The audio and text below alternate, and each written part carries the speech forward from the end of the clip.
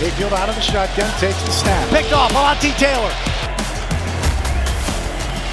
Shuck keeps it left side, inside the 30. Shuck, 20, Shuck, 10.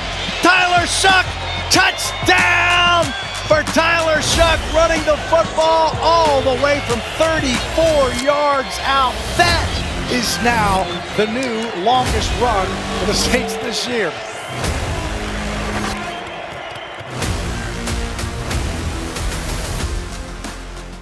Welcome to Saints All Access, presented by Microsoft Copilot PC, right here on the Gulf Coast Sports and Entertainment Network. I'm Erin Summers. The Saints stepped into Week 14 ready to make a statement, and the Black and Gold did just that by grinding out a 24-20 win over the Tampa Bay Buccaneers. It was a complete team effort. The offense stepped up behind big plays and poise in the clutch, while the defense thrived on fourth down throughout the game. Let's roll the tape and see how the Saints took care of business in Tampa. This is why you play football. You know, you come in here in the elements, just with all your boys, with all your teammates, and we fought really hard. And was really proud of the O-line, just kind of chugging along the whole way. Did a really good job in protection. The defense was making huge stops. I think we did a better job of being a little bit more complimentary, and it kind of took everybody. So it was just a lot of fun. That's the kind of thing I'm kind of resonating with me right now. It was just a lot of fun, and I think it just shows kind of how we are as a team.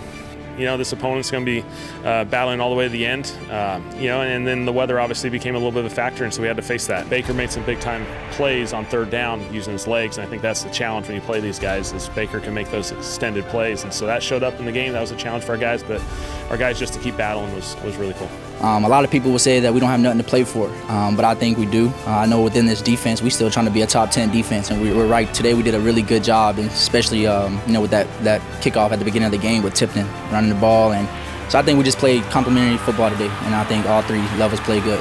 Not all 3 and 10s look the same.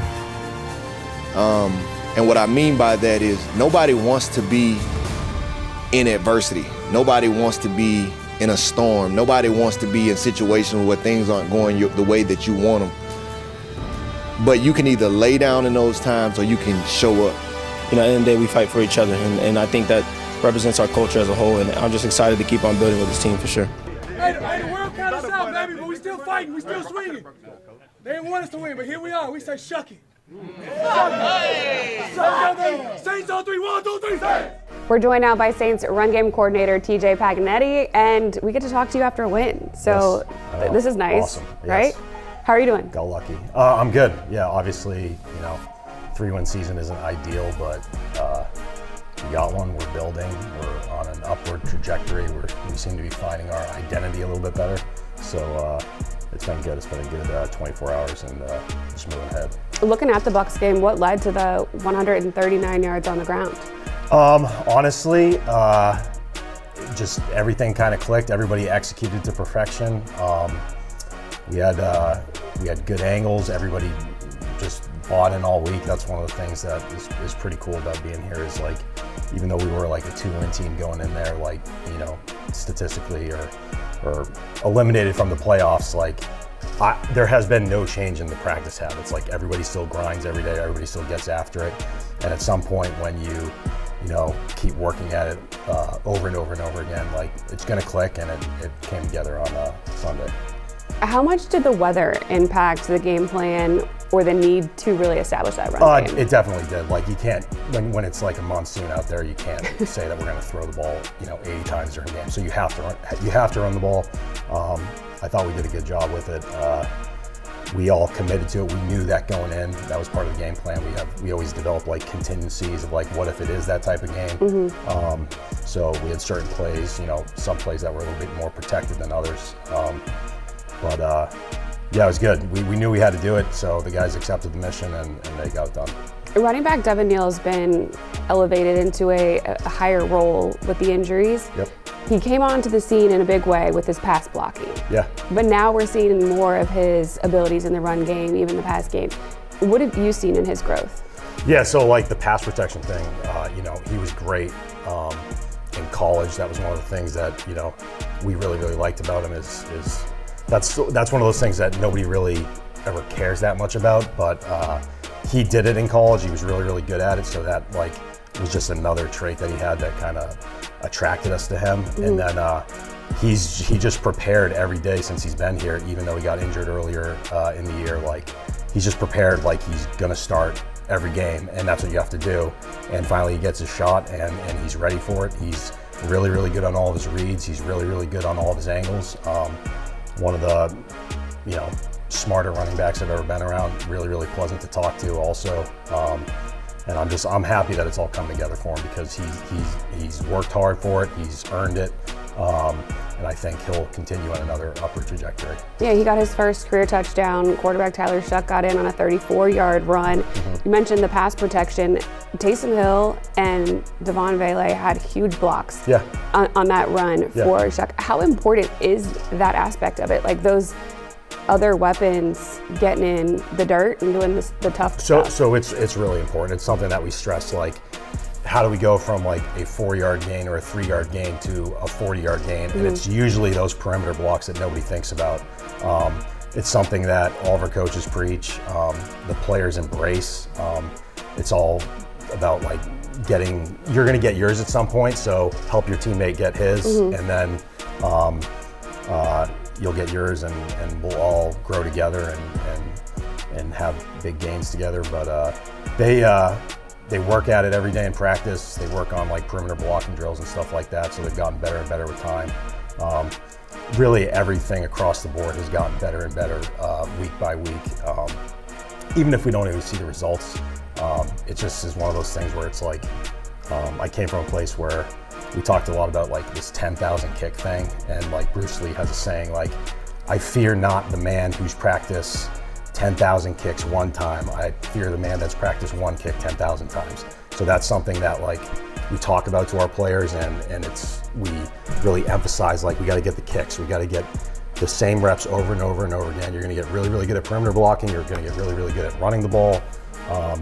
Different surfacing of blocks and stuff like that. And over time, you get better and better. You get more comfortable with the offense, and we find our identity together as a group, and find out what guys are good at, what they're not good at, and try and put the whole thing together, and it's kind of come together.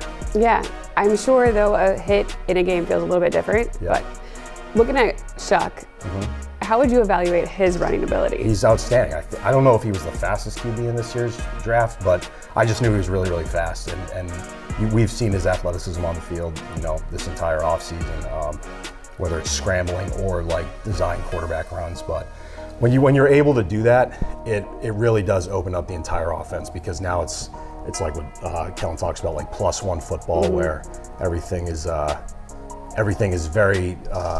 The defense has to be sound. Like, they have to respect his ability, and if they don't, then he'll make him pay. And it's one of those things that he's doing a really, really good job with it. He's obviously showed everybody that he's got wheels. I'm excited to kind of see where he takes that. You obviously got to protect him. You don't want to put him in harm's way, but there's a way to design quarterback runs where he's just keeping the defense honest, and when the defense takes the dive or something like that, he can pull it and make it right. And those are protected QB runs. So we're never trying to like design like we want to run you up the middle or anything like that, to take too many hits and stuff like that. But we'll protect them as we develop the run game. How much is the game plan a collaboration between you and Nussmeier and Kellen Moore in regards to what Shuck does do? Yeah, so that's everybody involved. So Kellen does a great job of creating an environment where the best idea wins, if it fits who we are and what we're trying to accomplish against the defensive structure that week. Anyone in the room, if you have a good idea, bring it to the table, and we'll kind of tweak it, look at it, what's the problems, play devil's advocate and stuff like that. And if it fits, it fits. And it's a good collaboration of ideas. At the end of it, we cut it down. We see over the course of the week what does work, what doesn't work, and then by the end of the week, we enter the game with our best game plan. I'm going to ask you to go on the other side of the ball and give us a scouting report on what the Panthers do well in their run game, because they have that two-headed monster. Yeah. So you're saying their offense? Yeah. Man, they're really, really good at running outside zone. I would say that They know how to create really, really good angles up front. I think Canales does a really, really good job of that. And they know where to create seams with insert blocks and things like that. Whether they're running, a downhill dive play or an outside zone play, they're very, very good at creating angles, and their running backs know when to stretch and when to cut. And it's obviously we don't want them to win because they're in our division, but it's a cool operation to watch. We always study teams throughout the league every week and see what's working around the league, see what's not, and that's a team obviously that's popped up a bunch. Definitely. Well, did a good job against the Panthers last time, so hopefully that continues, and the run game does as well, because that was really fun to watch this past week. On the other side, we are going to go to our expert analysis and break down Tyler Shuck's 34-yard touchdown with John DeShazer. Stay with us right after this timeout. Shuck keeps it left side, inside the 30, Shuck, 20, Shuck, 10, Tyler Shuck, touchdown for Tyler Shuck, running the football all the way from 34 yards out. Welcome to the happy Week 14, Game 13 edition of the Expert Analysis. I'm John DeShazer. Saints win 24-20 against Tampa Bay at Raymond James Stadium in Tampa, Florida on Sunday. Great offensive play by the Saints. Now, we had some really good defensive plays. They had 5 fourth down stops, but this offensive play is really a work of art.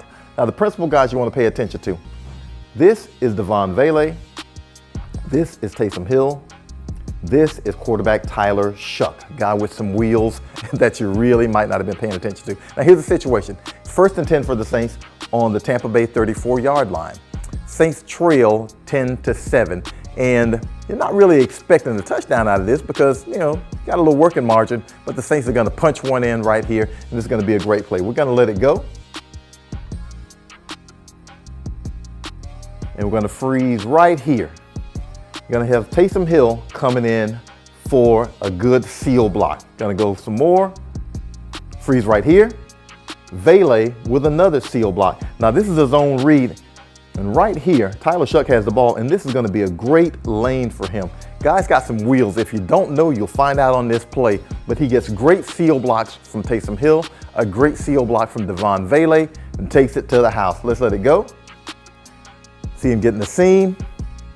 Defense can't run him down. Touchdown Saints, 14-10 lead Saints. And we're going to show it to you from another angle from behind the Saints offense, where Tyler Shuck, you'll see the zone read here to the running back, and then you'll see the great seal blocks, first from Vele and Taysom Hill. But you'll see great seal blocks that will get him to the end zone. Let's let it go. There's a seal from Taysom. There's a seal from Vele. There's the alley. Vince Lombardi would say, you give me a seal here, you give me a seal here, you get in the alley, you get to the end zone, you give the Saints a 14-10 lead. Saints win the game 24-20, and that is your expert analysis. Joined now by Jeff Duncan, columnist for the Times-Picayune, and we are getting to talk after a Saints victory. Very good news. The Panthers beneficiaries of the Saints win over the Tampa Bay Bucs because of this situation here at the top of the NFC South. So we'll get to that as the Panthers are the next opponent. But for the Saints, how can they build off of this win that they just had on the road in Tampa? Well, that was a huge confidence builder, I think. Those conditions were tough. You're playing in Tampa against a team that's fighting for the playoffs, fighting for a division title. They had everything to gain in that game. And the Saints outplayed them in every way. In key situations, I thought, an area that they've struggled at all year. Red zone, 3rd down, kind of the clutch situations. The Saints played very well. I think it's a huge confidence builder for them. And with a young quarterback like Tyler Shuck, a guy who's still trying to find his way, not only in the league, but I think with this team, I think it builds confidence from his teammates that he can be the guy going forward. You can kind of see that starting to foster on the field during the game as he made those plays. So I'm really excited to see where it takes this team, if they can take that momentum from that game. They got a couple home games now and turn it into like a little bit of a win streak. That'd be nice. You mentioned the first time we saw the Panthers and how the Saints were able to get a win there. Different situation, than where we're at now. There's been some added injuries, different people playing. What can you take from that first matchup that the Saints did well or need to focus in on? Well, they seem to have a very good game plan on Bryce Young. They do a good job of making him throw, as they say, in an elevator shaft. I mean, he has to throw over those tall trees and limit him from getting out of the pocket. And they shut down that running game last time. With regard to that run game, Rico Dowdle now almost 1,000 rushing yards on the season. He's been somebody that really blew up this year. Didn't know that much about him and didn't think that he was going to be their lead back this season. Overall, number 9 in yards on the ground for the Panthers in general in the league. The Saints 24th against the run. How do you see that component of this game playing out? Well, I think they've got to tackle well, which is what they did last week against Bucky Irving in the open field. That's been a problem for the Saints all year long, really, open field tackling. They did extremely well against Dowdle. And I think shutting down that running game, bottling up the interior runs that Carolina likes to do, and kind of bouncing everything outside and letting the pursuit angles come up, that's what they did well in that first matchup against Carolina. Then that just comes down to tackling in the open field, and that's easier said than done because he's a very powerful runner. He's different than Bucky Irving in that he's going to try and run through you more than around you. And last time, I thought they did an excellent job. Just carry that over to this week. The Panthers and the Bucs fighting it out for top in the NFC South. 2 teams that you have beaten.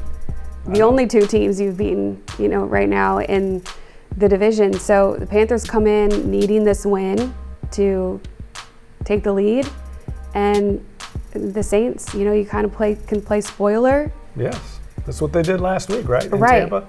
And look, I think it's going to be good for him to have a second game against them. They're going to make some adjustments. This is part of the NFL. They saw what the Saints did in that first game. There's going to be a little bit of a chess match between the head coaches, between the coordinators. Now we can see Tyler Shuck, how he adjusts.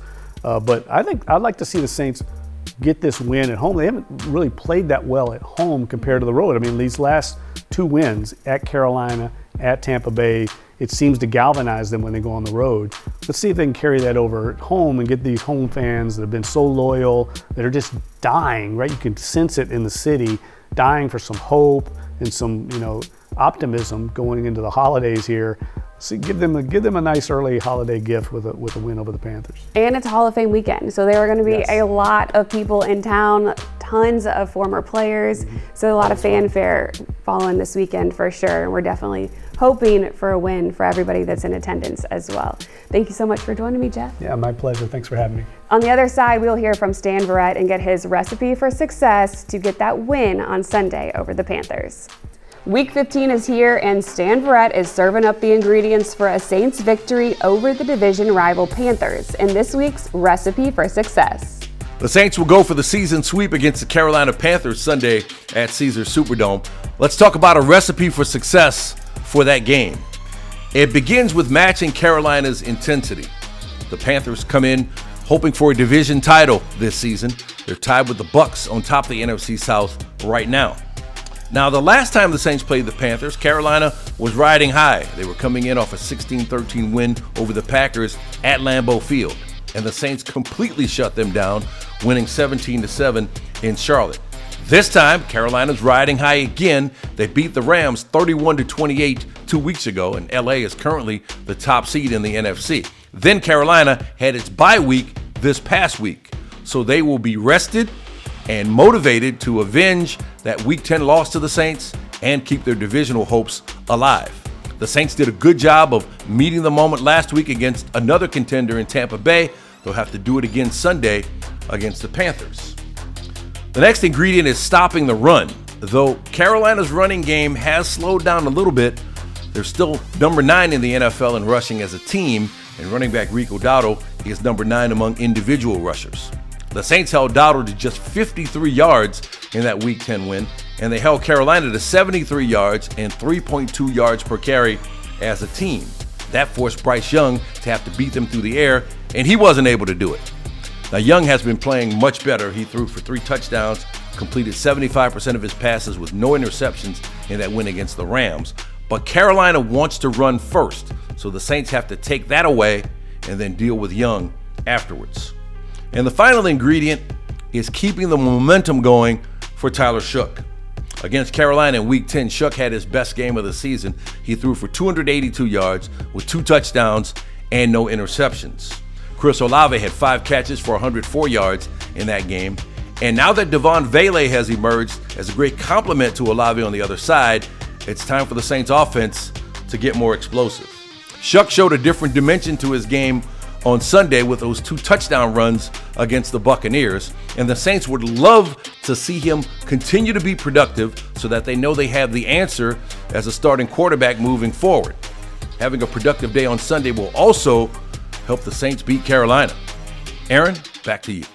Every Saints road trip depends on precise planning and trusted partners, and for years, no one has been more reliable than John Fayard, the team's longtime moving and warehousing partner. Fayard plays a crucial role getting the Saints gear packed and transported to game day, no matter the destination. Here's an inside look at the operation that keeps the team moving with On the Road with John Fayard.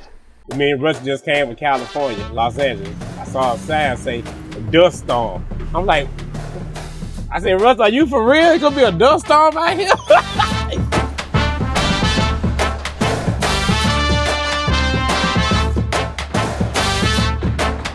That is the weight trunk, the heaviest thing on here. We got all the weights in there for the football players, and we have to roll it in or roll up and down the hill. That trunk is actually 1,000 pounds. Just that one particular trunk is 1,000 pounds. Plenty of snacks and my food. Chips, cookies, just anything. That was Rusty love right there, his big red bubble gum and his Gatorade. He love it. Boy, you ought to stop. I meet the players, and I love to drive and see United States. And I tell people, I saw Kamara, I saw Jordan, I saw everybody. I'm telling you, it's wonderful to see the players, man. I got a ball from the New Orleans Saints for the coldest game in NFL history, Cleveland, Ohio. And we drove through a blizzard coming back on Christmas Day. The day before Christmas is when we played, and we actually drove home on Christmas Day. It was a special week at the Saints practice facility as the team was able to play host to some international guests, the Paris Musketeers. The visit brought together 2 football worlds, giving the Musketeers a behind-the-scenes look at the Saints' facilities, culture, and preparation at the NFL level. Paris Musketeers, bienvenue chez nous. I love the game of football, American football, and to be able to help globalize it in a city like Paris, just incredible. So build a partnership and learn and spend time with the Saints, and for them to be supporting us and all that, it's as good as it gets.